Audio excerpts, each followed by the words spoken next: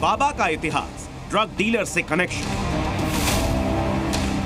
राजनीति में फर्श से अर्श तक पहुंचना, बॉलीवुड में बड़ी पकड़ रखना और आपराधिक मामलों में नाम आना, बाबा सिद्दीकी का कैरेक्टर डिकोड करना आसान नहीं। लंबे वक्त तक मुंबई के अंडरवर्ल्ड को कवर कर चुके वरिष्ठ पत्रकार बालकृष्ण साफ साफ कहते हैं, बाबा सिद्दीकी का नाम ड्रग डीलर्स के साथ भी आ चुका है। बहुत साल पहले फिलो खान जो बहुत बड़ा ड्रग स्मगलर है, तो आरूप पटनायक साहब जब भी डिप्यूटी कमिश्नर थे बांद्रा जोन के, उसने उसको पकड़ा था और आरूप जी ने तभी भी बताया और कल भी मैं जब भी उनसे बात किया, अभी वो सेवानिवृत्त है, उसने कहा कि बाबा का नाम उस कांड में उभर के आया था। तो ये एक बैकग्राउंड है। और आप जानते हैं कि इकबाल मिर्ची के केस में जो उनका ब्रदर इन लॉ जो है मिस्टर बिंद्रा, रंजीत बिंद्रा, उनके खिलाफ केस है और बाबा के ऊपर भी केस था, लेकिन आखिर में फाइनली क्या वो पता नहीं है, लेकिन केस तो चल रहा है। बाबा का इतिहास, अंडरवर्ल्ड से रिश्ते। बाबा सिद्दीकी उन चुनिंदा नेताओं में से एक है जिनका बॉलीवुड में रुतबा था। बाबा सिद्दीकी और बॉलीवुड के इस रिश्ते को लेकर भी कयास लगाए जाते हैं। पूर्व पुलिस अधिकारी पी.के. जैन कहते हैं कि अंडरवर्ल्ड का पैसा बाबा सिद्दीकी के जरिए भी बॉलीवुड में लगाया जाता था। आज भी बॉलीवुड बैंकों की वाइट लिस्ट में आने के बाद भी कि उनको फाइनेंस दिया जा सकता है, फाइनेंस मिलता नहीं है बैंकों से, तो उनको सारा पैसा कहीं ना कहीं बाहर से ही लेना पड़ता है। तो उसमें जो जो गैंग का पैसा है वो अब सीधा गैंग के पैसे के नाम से ना होते हुए कुछ स्पेसिफिक लोगों के थ्रू जाता है, जिनमें इनका भी नाम है। तो ये पॉसिबल है कि वो जितना जो काला धन था वो सारा कहीं ना कहीं जाके फिल्मों में, रियल एस्टेट में, डायमंड ट्रेड में या फिर शेयर मार्केट में, इन चीजों में इन्वेस्ट होता था।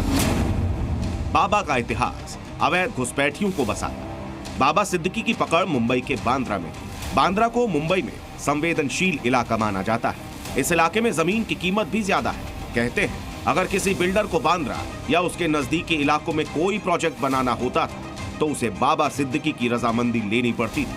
अगर बाबा ने मुहर नहीं लगाई तो प्रोजेक्ट बन ही नहीं सकता था।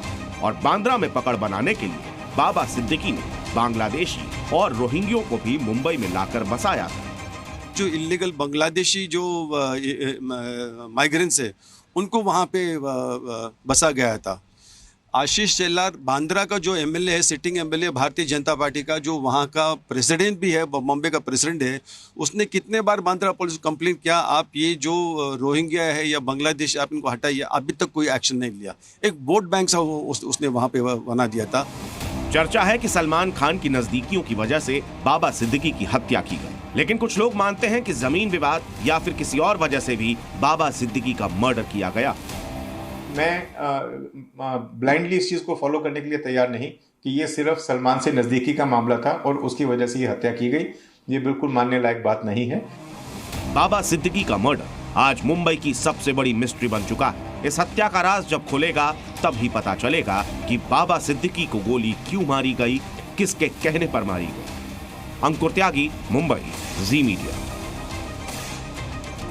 और बाबा सिद्दीकी की इसी हिस्ट्री की वजह से अब महाराष्ट्र सरकार के कदमों को लेकर भी सवाल पूछे जा रहे हैं, क्योंकि महाराष्ट्र सरकार ने बाबा सिद्दीकी को राजकीय सम्मान दिया है। सवाल यह कि जिस इंसान पर अंडरवर्ल्ड से संबंध रखने का आरोप लगा, क्या उसे बंदूकों के साथ सम्मान दिया जाना चाहिए?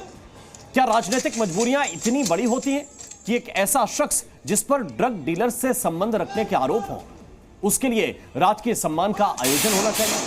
जो सम्मान समाज के बड़े नेताओं और देश के लिए बलिदान देने वाले शहीदों को दिया जाता है, क्या वही सम्मान एक ऐसे व्यक्ति को दिया जा सकता है जिस पर अंडरवर्ल्ड की ब्लैक मनी को वाइट करने के गंभीर आरोप लगे हों? जी न्यूज़।